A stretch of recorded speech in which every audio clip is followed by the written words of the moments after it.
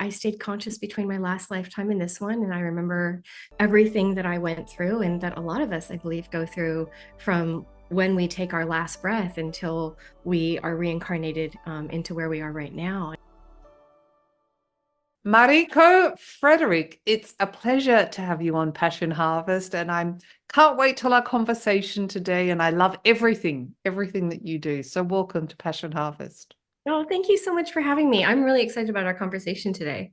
Me too. The work you do is so special. I would love to start with, you talk about consciousness between lifetimes or life between lifetimes, and you're aware of this. This is mind-blowing and amazing. So I'm going to pass it over to you to discuss that for the audience.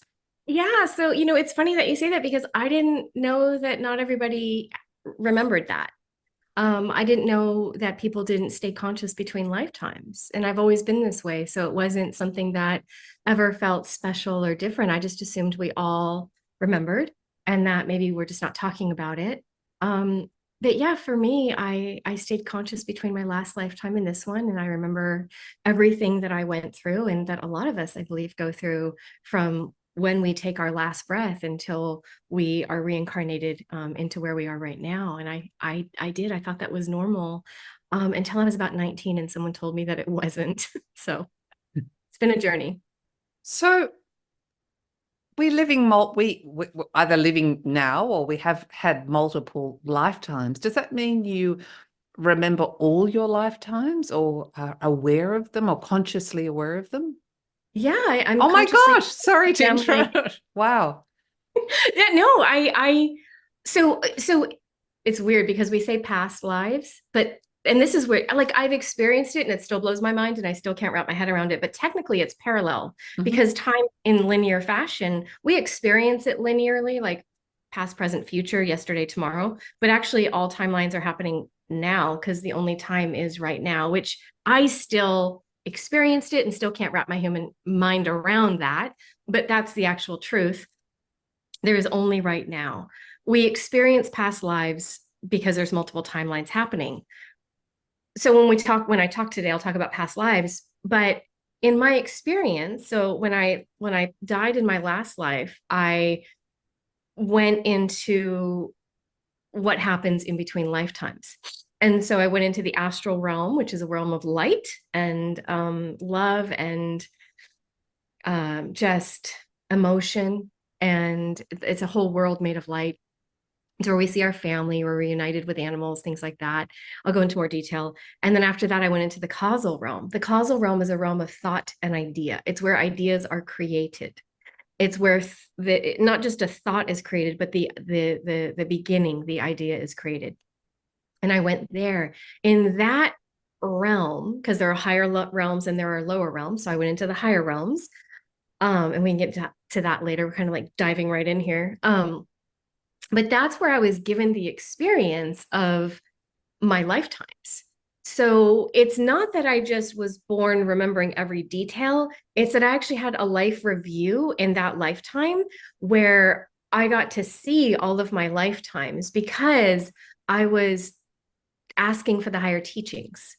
And I'm kind of I'm kind of fast forwarding here, but at one point during that experience, I saw that people could go from Earth, from this realm, into full enlightenment. And when I saw that that was possible, that's all I wanted. That was the only desire worth having. It was the only thought I could have was that that's what I want. That's what we should all be wanting. There is nothing else to want but that. And so I started screaming. Now I was not in a physical body, so I say screaming, and you might think of a person screaming, but it was more like just my consciousness was screaming out to the universe, to God, to oneness. I want the higher teachings. I want the higher teachings, and just begging for that. And eventually, I got to see the essence of me, my soul, the path of all of my incarnations. And the interesting thing is we don't just pop in as human. We, in my experience, it was like going through the plant kingdom, the insect kingdom, the animal kingdom, and then the human kingdom. And so I got to see all of that and then my lives in that. And so I did get to experience my lifetimes as human. The interesting thing is we don't only incarnate in a physical body on Earth. Like there are other planets other places, other realms that have physicality. So I got to experience all of that, and then went into an even higher realm of oneness, and then I was born. So for me, I was born this way. I didn't know that that was strange or unique or different. I thought everyone kind of had the same experience because no one told me until I was 19. Wow. So as Mariko, um, and you've had multiple incarnations, how do you how do you separate that if you're experiencing all your multiple incarnations now, it is all happening now. Mhm. How does that work? How do you compartmentalize that? I've never known a different way. So I think that sort of makes it easier for me. It's kind of like if we lived in a world where nobody ever multitasked, and then you come in and you're like, I can totally multitask. And someone's like, how do you multitask? And you're like, well, I don't know. It's just how I do it.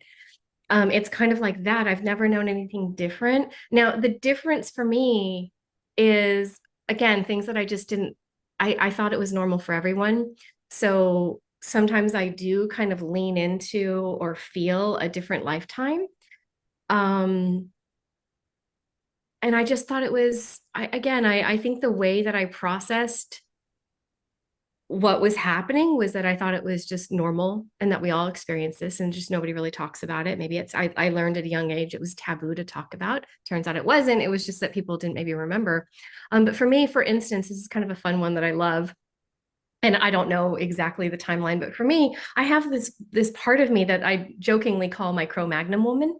So when I go hiking in a forest, or actually it doesn't even have to be a forest, it could just be like the hills, and I live in a city. For me, sometimes like all of the phone lines disappear, all of the towers disappear, electricity disappears, the land starts reshaping itself, and I feel like I'm in my Cro-Magnon self, and I'm seeing the same space, but from a different angle, a different time. Um, but because that's happened my whole life, again, I didn't know that that was different. No, I mean, it's just incredibly interesting. I mean, nothing, nothing that we see is really real. Exactly. So, would you mind sharing with the audience some of your other lives, past lives, lives that are happening now, and what lessons have they taught you, or what gifts have they given you, or how have they enabled you in this life to move as Mariko? That's a good question. It's because I think so many people are looking for their purpose and they want to know, like, why am I here? What is going on? I think that a lot of people walk around feeling not confused, but maybe let's say unfulfilled. I don't even know if that's a good enough word. Lost? Maybe lost, and also, but not lost. I think that's what makes them feel lost is they know there's this inner knowing within them that they're meant for more, and they're not connecting to it. So I think that's what gives us all these feelings where we create words of lost and I don't know my purpose. And it's like, because on a deep level you do, otherwise you wouldn't ask the question. You'd be perfectly happy and you'd be enjoying this world and fulfilling all your earthly desires, and everything from partying to amusement parks to whatever would just light you up, but it doesn't.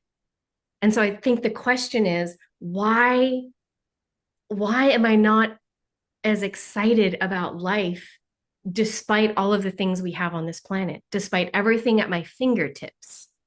Why am I not feeling fulfilled despite, I can speak for a lot of generations, especially Gen X, right? Despite having gone to the right schools, having gotten the right career, having done all the right things that we were supposed to do, and then I don't feel fulfilled. And elder millennials as well, right? Now the younger generation is like, yeah, they're not falling for it, which is good.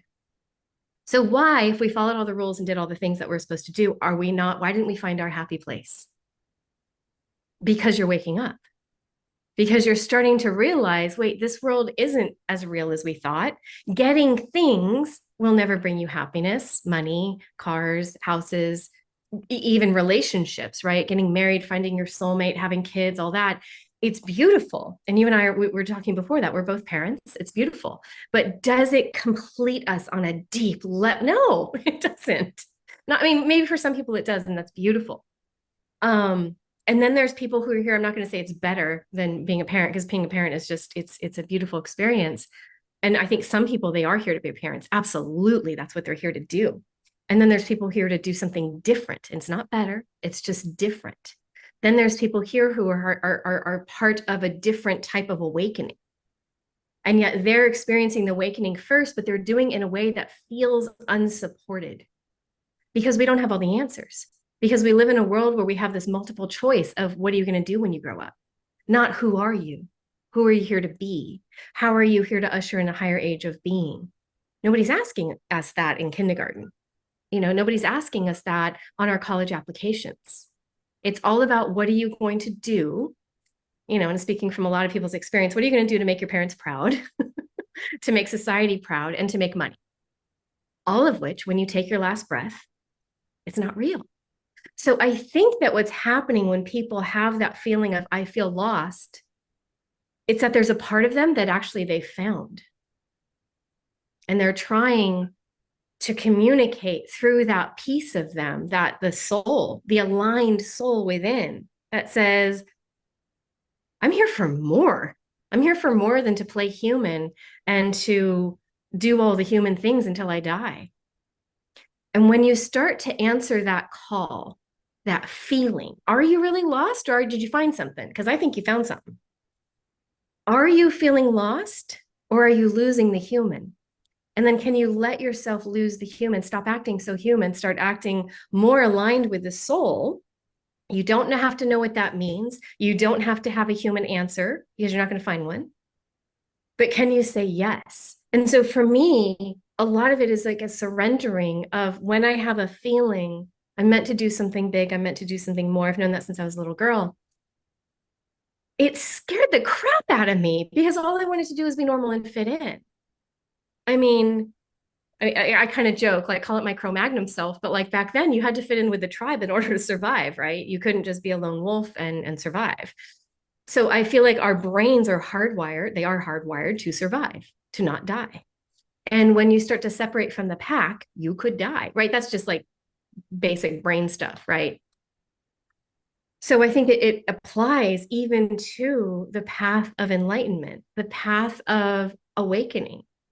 And yet you're not alone. There is a mass awakening happening. But the beginning step is to say yes. And it's like this quiet, internal,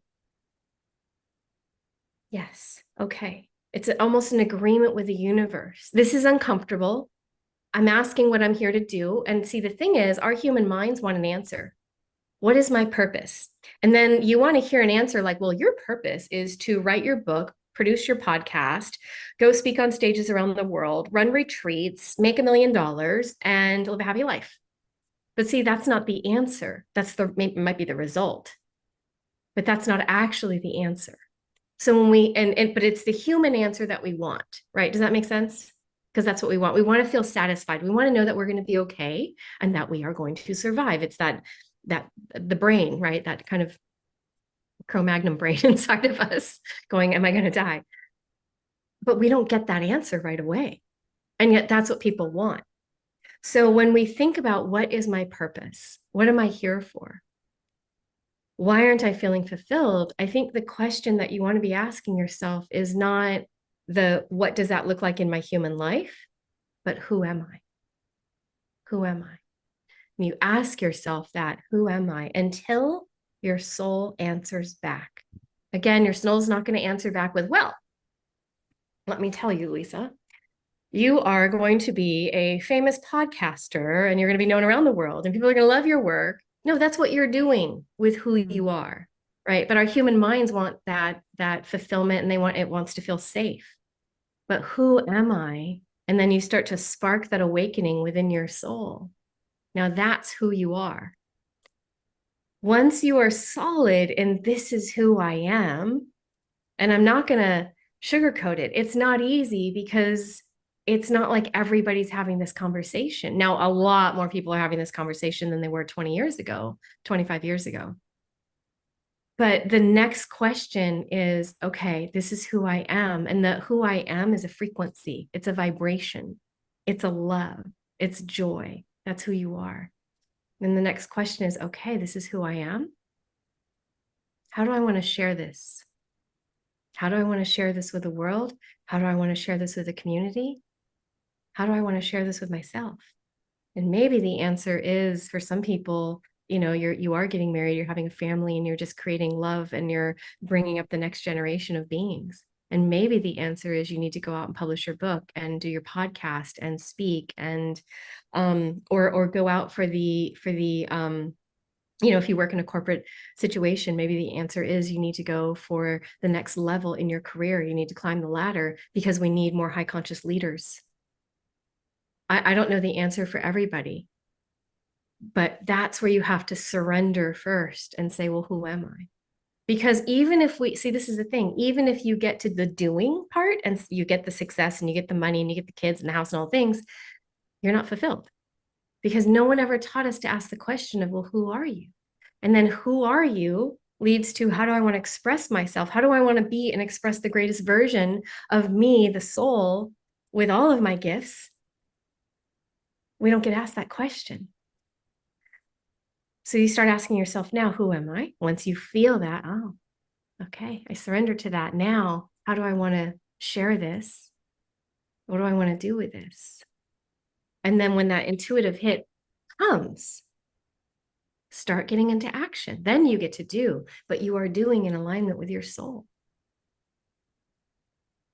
That was beautiful. Thank you. And so inspiring. As you're saying these questions, and as you said, living in a higher vibration and a positive mindset, for those of the audience that perhaps have been hurt or traumatized deeply, or in a cycle of negativity and things just aren't working out, what is your advice? It is so hard to be human sometimes. So I think the highest advice I can give somebody who's going through trauma is, remember, this is temporary. You are the soul. You are the infinite soul. And I joke with people around me all the time, like, stop acting so human. Like, start acting like the soul, right? Stop acting so human. But we have really serious human days, and we have some really difficult situations that happen here that we're surrounded with. And then there's a point where you step into your own power and you say, wait a minute, I am actually creating my own reality. So when you start to take responsibility and you say, I created this on whatever level, you created this with your thoughts, with your feelings.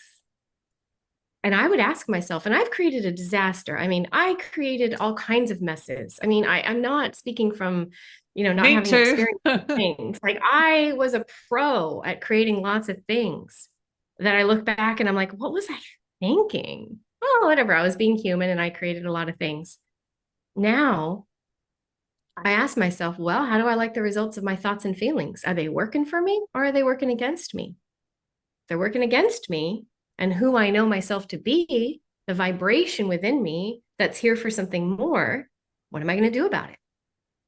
What am I going to do? Am I going to keep having those negative thoughts? Am I going to keep in contact with people who are toxic to me because of obligation, because I'm supposed to, because society says whatever society says?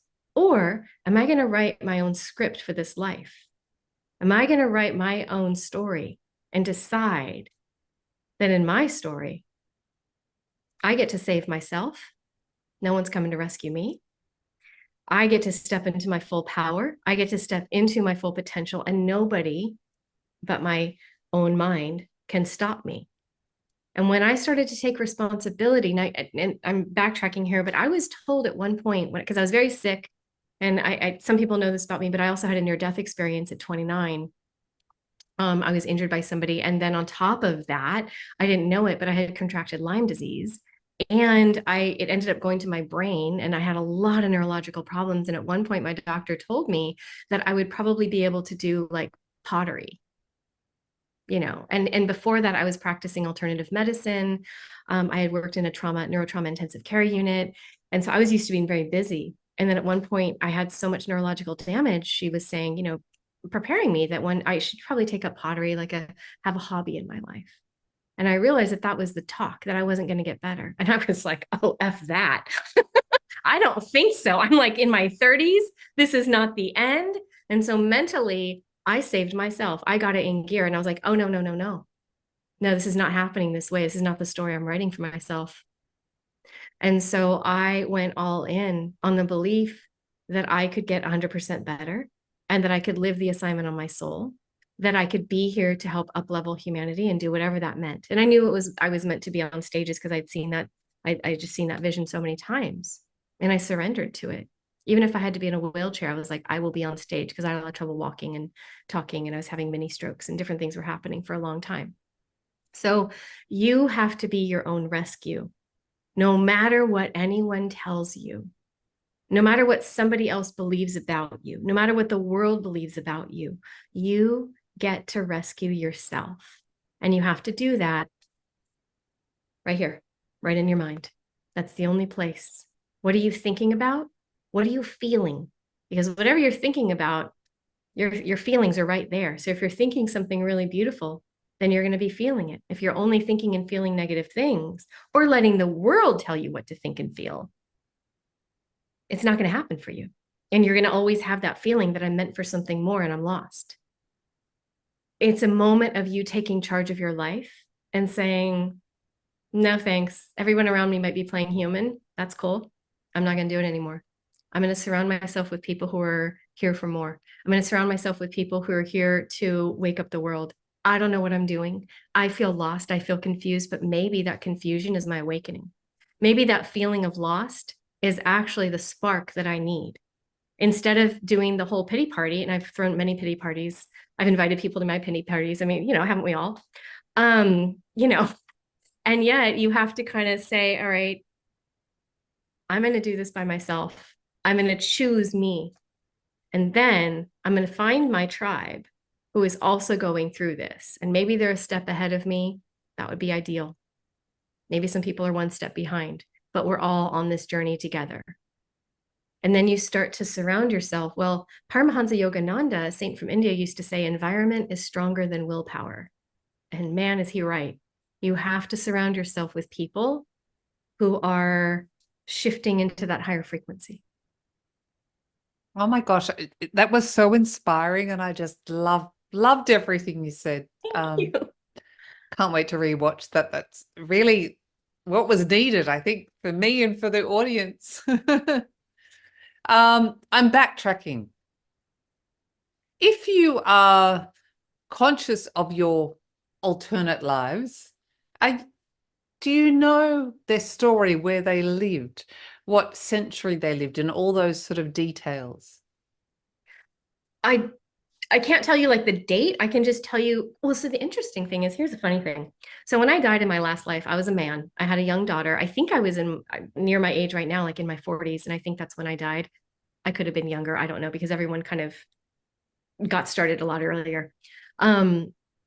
But I remember getting the news that I was going to die and I was walking upstairs and it was very, I don't know the date. I wish I like need to talk to a historian one day. It was definitely in Europe. And I was coming upstairs from the outside and standing in my window of a 2-story brick building. And I was having a pity party and I was watching this guy that I knew push a hand cart made of wood with wooden wheels. And he was pushing it in front. It's not really a street, but whatever, the path that was in front of me. There were narrow streets too. And he was selling vegetables. And I remember having a pity party that he was going to live and I was going to die. And I had some sort of official role in this town where I remember the last thing I worked on before I left that world, before I died, was getting the windmill fixed. If somebody's farm burnt down, I made sure that that family got everything they needed. I was sort of political. I was sort of like a community organizer. I don't know what the role would have been called back then. I just know what I did. The interesting thing is when I look back in that moment, because it was me. So it's for me, it wasn't like I forgot it and I'm remembering it. To me, I remember it like I remember last Thursday. It's part of me. I could tell you about that. Well, I don't know if I could tell you about last Thursday. Actually, my memory is not as good in this life, but Fascinating. as a lot of us are. I'm like, wait, where did I leave my keys? Right, we're kind of like that.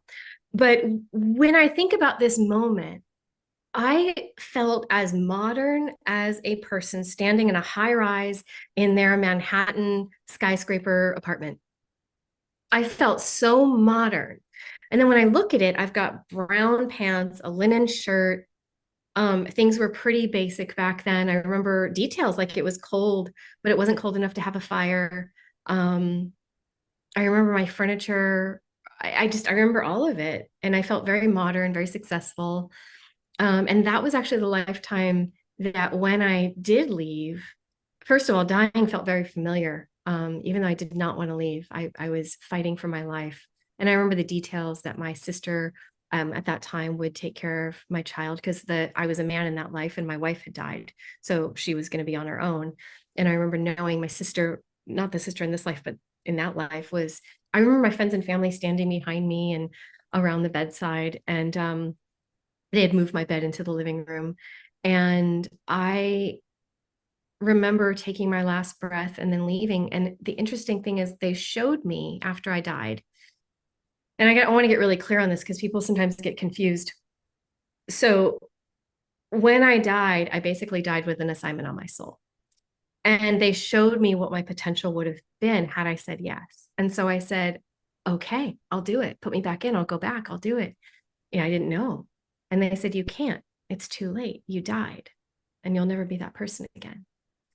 And when I think back to, well, what was the assignment on my soul? Because it's not like they sprung it on me. I knew every single day what I was meant to do. They would give me ideas, my intuition, guides, whatever you want to call it, angels, whatever you want to call it. I knew what I was meant to do. Just as some people listening, they know, it's not a secret. They know what they're meant to do. Some people might not know yet, but they have a feeling. And that's why I'm saying just say yes. Other people, they know they need to start their business. They need to write their book. They need to start a podcast. They know this. And every day they say no. How do they say no? They say it either because they're like, or they say it with fear. I can't do that. They give it themselves excuses, or they just stay busy. They stay busy so they never have time for it. I knew intuitively that I was meant to live in alignment with my soul, listen to my intuition, and just live every moment for my intuition. That was the assignment on my soul. And my life would have been much more impactful to others if I did, but I didn't. So they didn't spring it on me. I knew. And I said no every day. No, I'm not going to. I felt like they were asking me to give up all reason and just live in some woo-woo land. And you didn't do that back then. So I knew and I said no. And I don't want anyone to die with an assignment on their life. So that's the moment I would say that's the most impactful for me. And I think I was sort of sent back remembering it to share this message. I think I'm just in some ways a messenger to say, hey, don't do that. Whatever it is, say yes. Because that's the thing. In some ways, there's not a replacement for you, right? What you're meant to do, you have the frequency, you have the energy, you have something about you that's unique, and you're meant to bring this into this world. You're meant to create something the world hasn't seen. But if you keep saying no, that same assignment on your soul will eventually go to somebody else.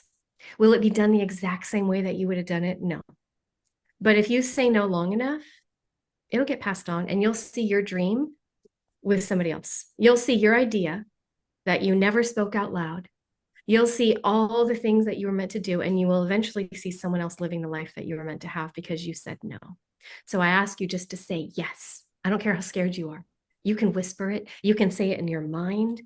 I sat down on my couch and started bawling my eyes out when I said yes. I didn't tell anybody. It was an internal surrendering yes to the universe, and it freaked me out.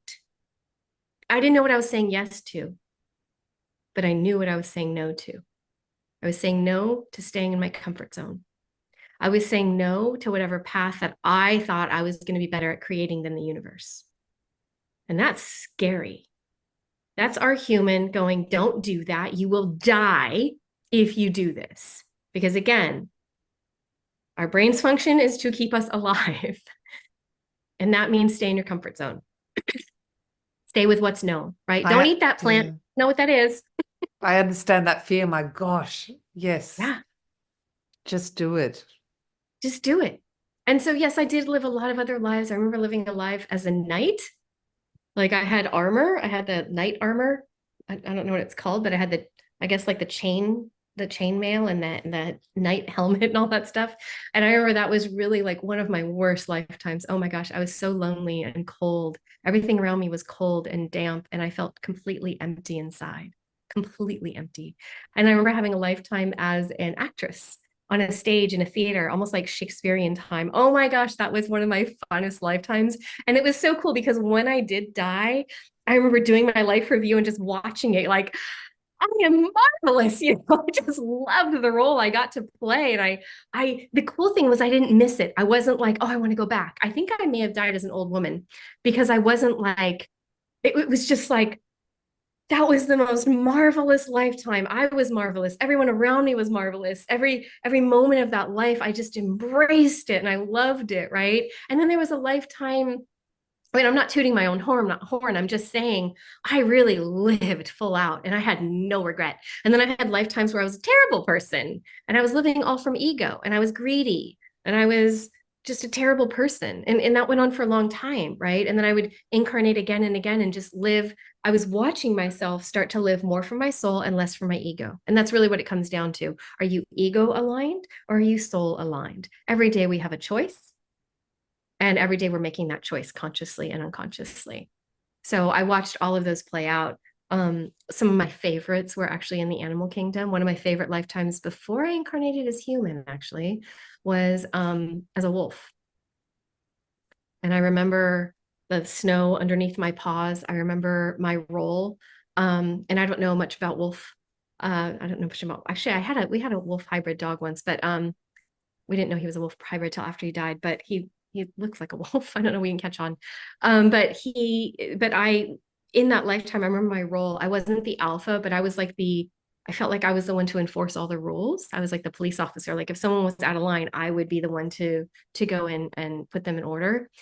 I had a family. We hunted, but it was like as one organism. It was like almost like one body. I remember all the details of that. And then I was a human living on a farm. And I remember feeling like everyone around me, I was like, wow, I felt very slow in some ways. Like my job, I remember I moved a lot of like hay and I was like moving big objects, but I wasn't very intelligent yet. Like I watched other people have complicated conversations and do complicated things, and I wasn't there yet. So then there was a whole progression of me getting used to being human, fitting in with society, becoming part of society, getting ego aligned, which was the first thing I did. Greedy, greedy, greedy, right? That root brain of you must survive no matter what. And then coming into soul alignment and realizing that's not the game we're playing here.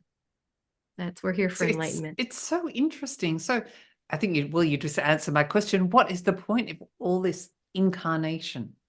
Yeah, oneness consciousness. That's it. So is we complicate it because we want, I think the reason we complicate it is because we want the human answer. We want to know that our purpose is to become a teacher. Our purpose is to become a doctor. That's our purpose. It's not, it's never going to be. Whatever you learn in college is not going to be your purpose. I'm sorry. Whatever college or school or whatever, it's not. The purpose is enlightenment. Then how do you want to express who you truly are? And do you need an education? Maybe when you come into this is who I truly am, and you're like, I am a healer, but I want to be a surgeon. Oh my gosh, please go do that and go to school, right? But you have to know who you are first, because then you're fulfilled and no one can take it away from you. You could be pumping gas at a gas station. I don't think people do that anymore, but you could and be completely aligned and having the best life. And we Just struggle so much. I mean, I'm talking for myself as well or for others, but what is my purpose? Who am I, as you said? What, yeah, and yes, I guess oneness consciousness. we take our reality that's around us so seriously. Yeah, we do.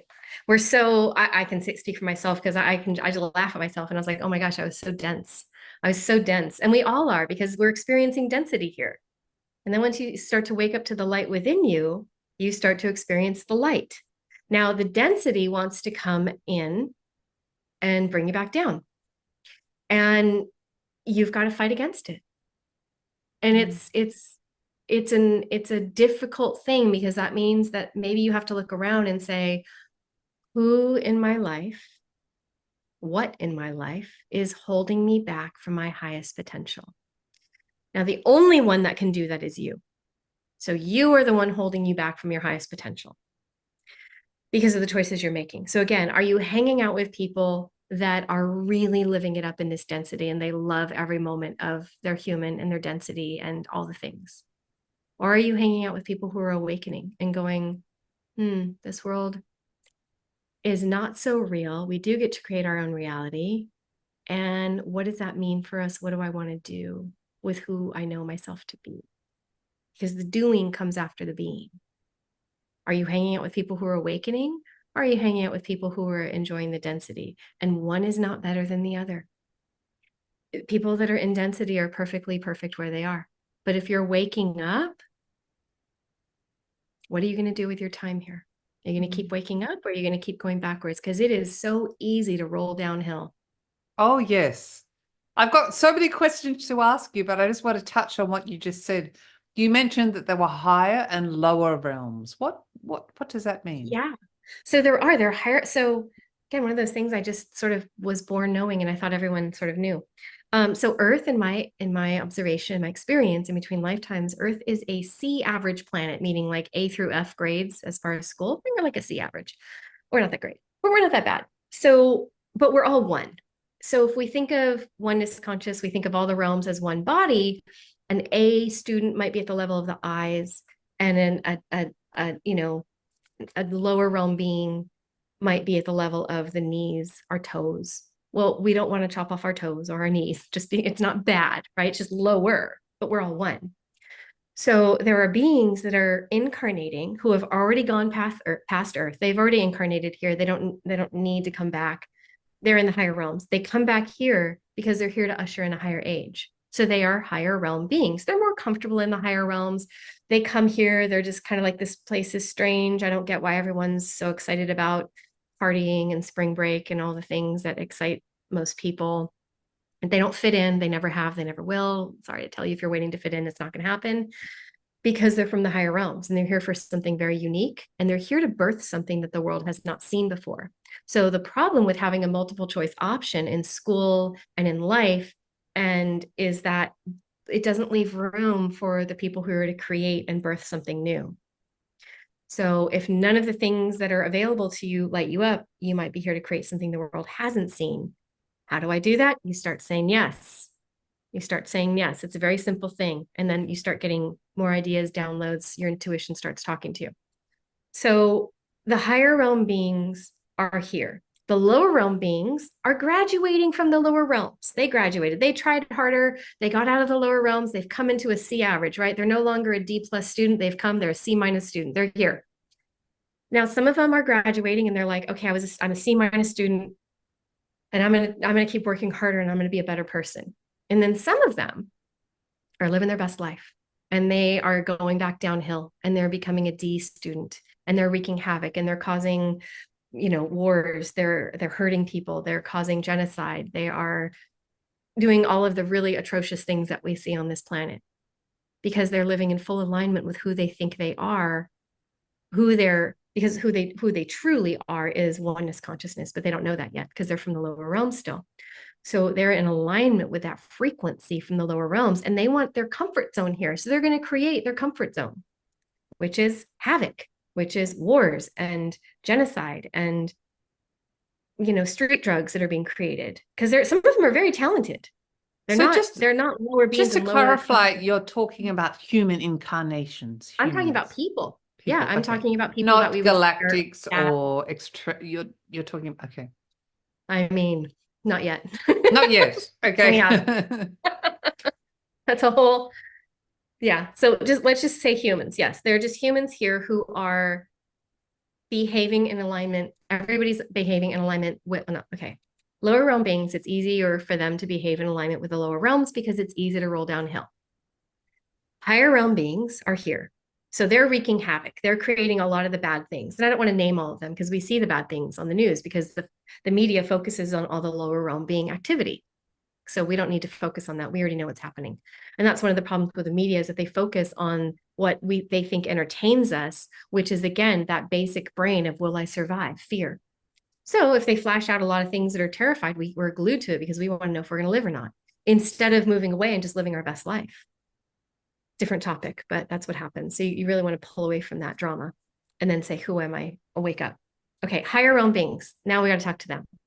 You've been incarnating from the higher realms. You kind of know it now that I've said it. And I'm going to call you out because you've been hiding. And that's what higher realm beings do when they get here. They hide because they don't fit in. And they're like, what is going on here? Why is everyone, I don't get it. I feel weird. And it's because you're here to birth something new, but you have to wake up all the way. So higher realm beings are having a lot of imposter syndrome. They feel like they're not good enough. They have a worthiness wound. I don't know if I'm worthy of that. Somebody else is already doing it, blah, blah, blah. No one's going to like me. I don't have enough to say. I don't even know what I'm here to say. That's a big part of being a higher realm being. I don't know what I'm here to say. I don't know what my message is, right? Because your message isn't human. Your message doesn't have human words yet. It's a frequency. You've got to wake up that frequency within you first. Who are you? Don't get to what am I going to do and what is my website going to say? Right? I can tell you when I came back from a near-death experience, I did not come back with a website and a marketing plan. I had no idea what was happening. I didn't even want it. I didn't want that to even be real. It was a loss of identity for me. It wasn't easy. So I'm asking you in some ways to release your old identity of being so human and who you think you are, step into who you truly are. It does not have human language to go with it. That's why I just call it a higher realm being.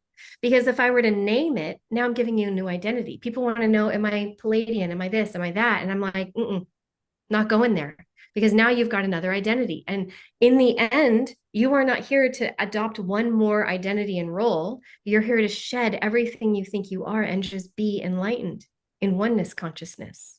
So you don't need another role in life. But if you're feeling that, okay, I have a frequency in me, that makes sense. There's something big I'm here to do. That makes sense. I don't have any language to express what I'm here to do. Bingo, you got it. Now, open up that frequency, lean into that frequency. What am I here to do? Who are you? I don't know what you're here to do. The doing comes later. Who are you? What is that feeling? Again, it doesn't have a human word. It just is a feeling inside of you. And say yes to that feeling. Okay, I'm going to be that. That's who I am. Who are you? That feeling pops up. Be that. That's who you are. Doesn't have a human word. Don't give it one. Don't look for one. It's not going to have one. Expand into that feeling. Wake it up because you're here to usher in a higher age for humanity.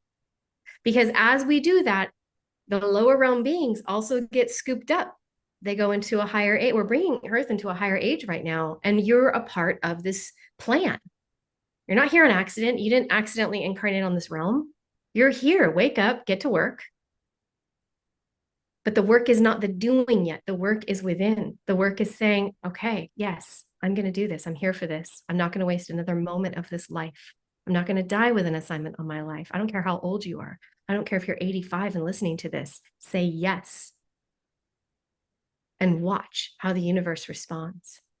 It's so simple. The universe is not hiding anything from you. It's not tricking you. It's waiting for a complete and utter yes. And it's going to be the scariest thing you ever do. Oh, it's terrifying. It'll bring you to your knees. Okay, so it's easy for you with all your memories, but I think I was going to ask you, how does someone connect with the intuition, with the universe? How do we say yes? How do we say please? Don't complicate it. Yes, yes, yes, yes. Okay, universe. All right. I'm not feeling my intuition at all, but I kind of know what Mariko was just saying. I think she's speaking to me. So, all right, let's do this. I mean, I talk to the universe like a friend. Just like that. And I'm so sarcastic. The universe does something to me, and I'm like, seriously, right now, we're doing this now. I mean, can you? All right.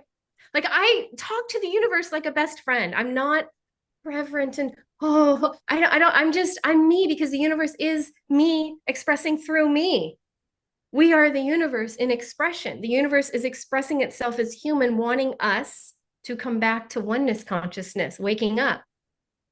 So the universe is like, if I want to have a pity party and a bad day, the universe is like, cool, let's have a pity party and a bad day. I love the pity party that you keep referring to. I This know is it so very much well. fun. Yeah, this is so much fun. The universe is like, bring on more pity It parties. doesn't feel good though.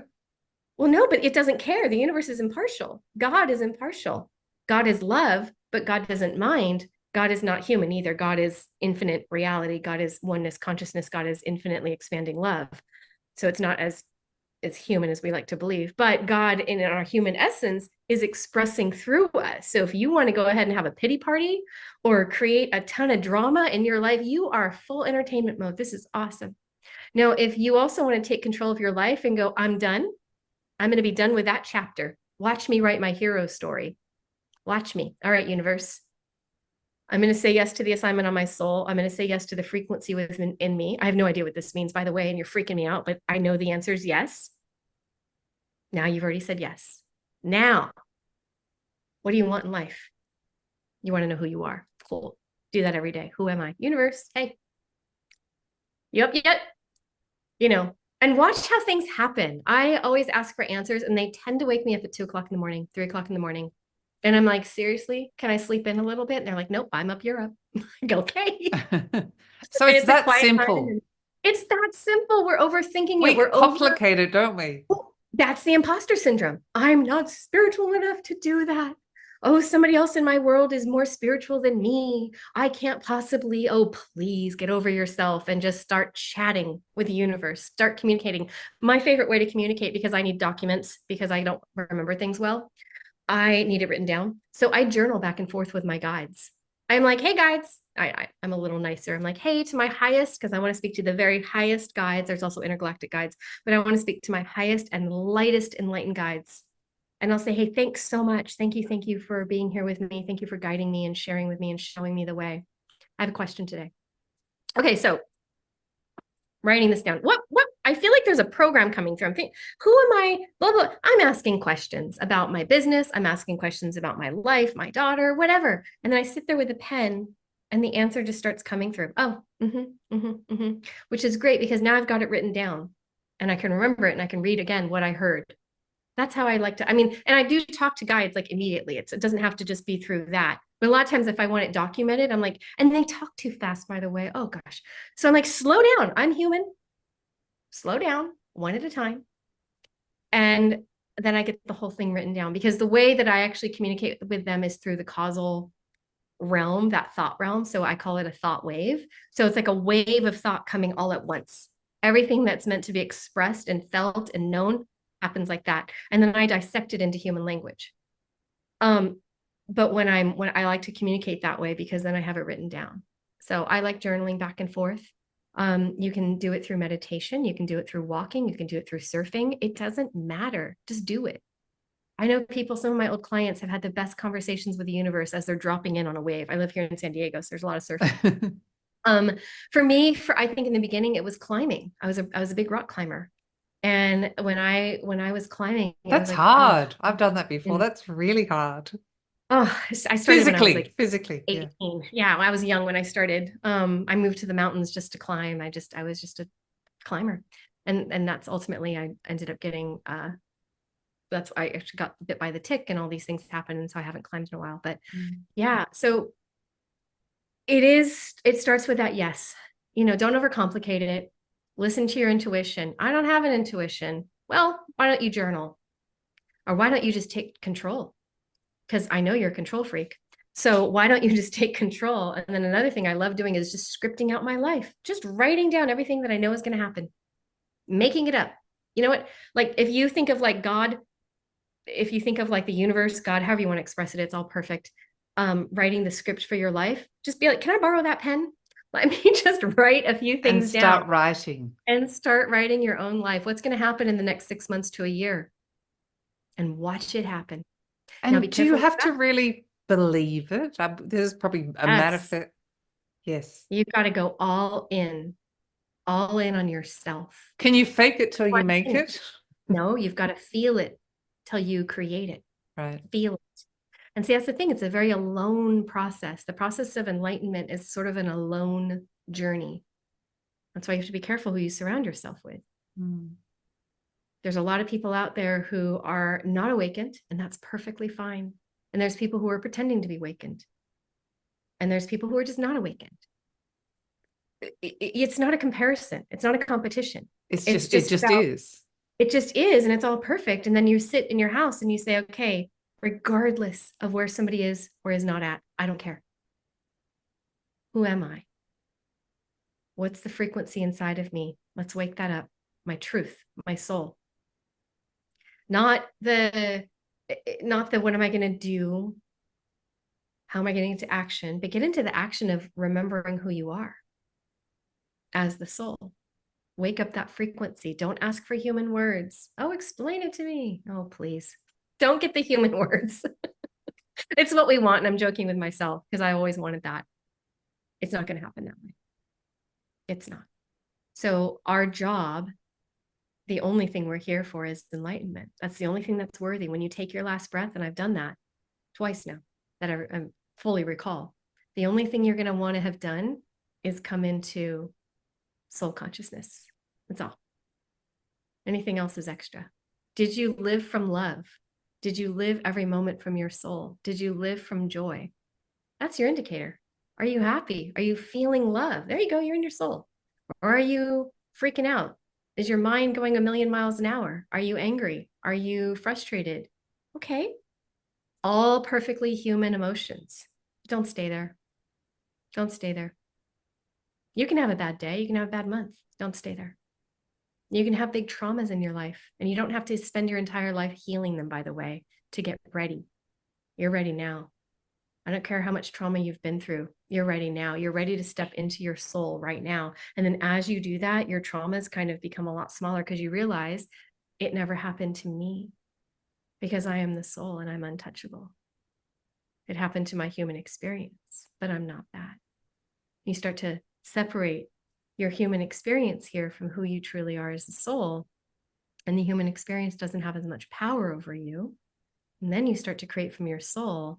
That is when the magic happens. That is when you start to live in alignment and whatever you want to create starts to happen. But you don't get to do both. You need to choose right now. Are you going to stay ego aligned and in the drama? Or are you going to choose your soul and say yes, not knowing what that means, not with some guarantee? But the interesting thing is you do have a guarantee because you're going to be the one. It's almost like when you say yes and you surrender fully to whatever that means.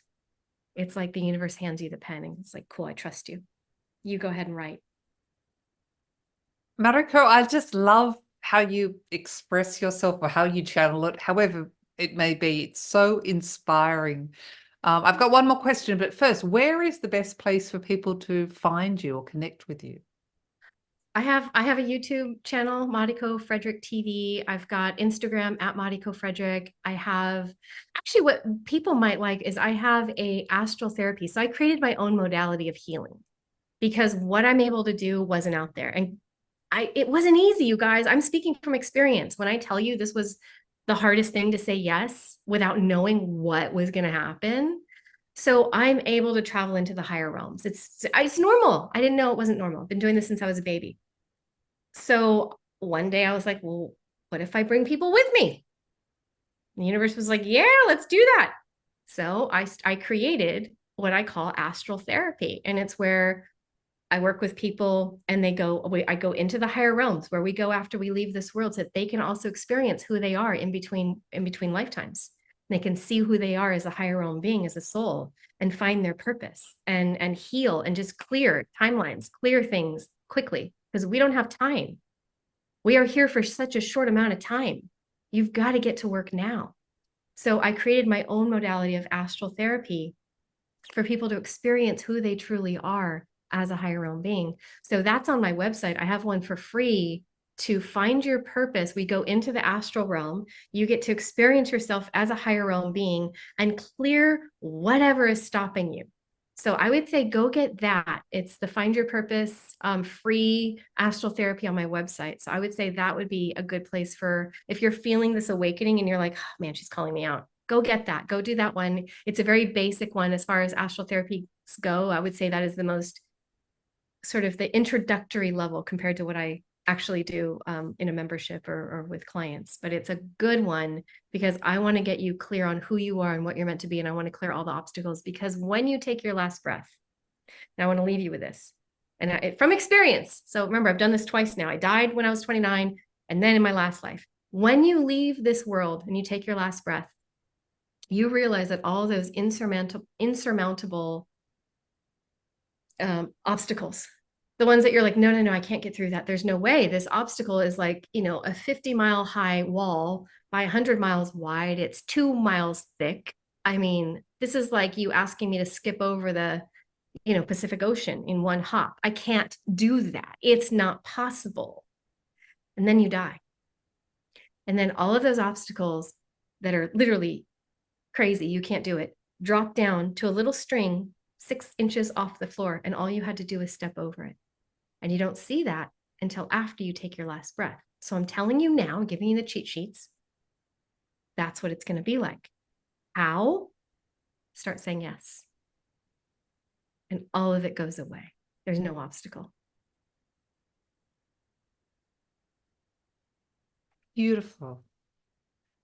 Oh my gosh. Well, I was going to ask you about what happens when we die, but you kind of answered it. I kind of did, yeah. Oh, on a final note, is there anything you'd like to share with the Passion Harvest audience that I haven't asked you? Oh, let's see.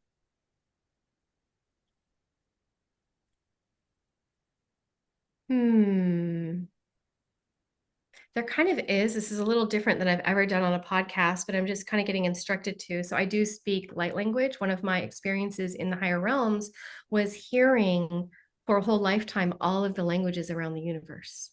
And it was like a choir of voices.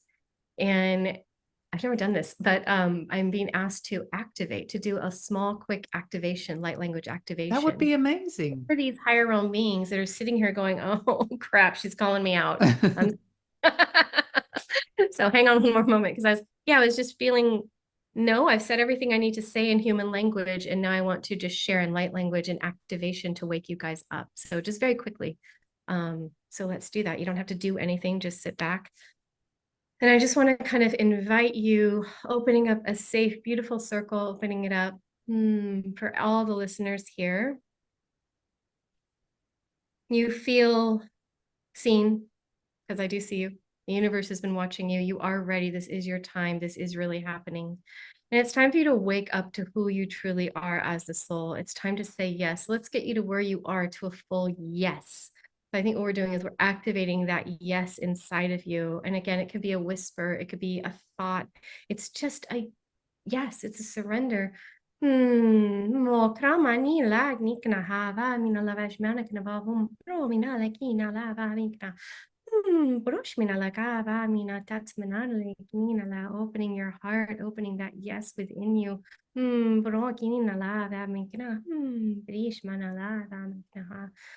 Opening up that frequency, the truth of who you are, allowing that to spread throughout every particle of light that you are, infusing your mind with the truth of who you are as the soul. Grounding it into every cell in your body, allowing the frequency of your higher realm yes to penetrate every cell in your body, not needing to know the human language, the human answers, just knowing that this frequency, the truth of who you are, is enough. Allowing this frequency to grow and grow in you every day. Allowing yourself to get more comfortable with it every day, to ground into it, to feel the expansiveness in the universe in every cell in your body. Beautiful. Grounding that all the way down, awakening you into this frequency of truth, into the frequency of your own soul. Feeling safe, feeling seen, knowing this is your time. Grounding it all the way down, taking in a breath. And as you exhale, go ahead and breathe through your body all the way down into the core of the earth. And inhale that energy from the core of the earth all the way back into your body, grounding down. Beautiful. And when you're ready, come back into the room and open your eyes.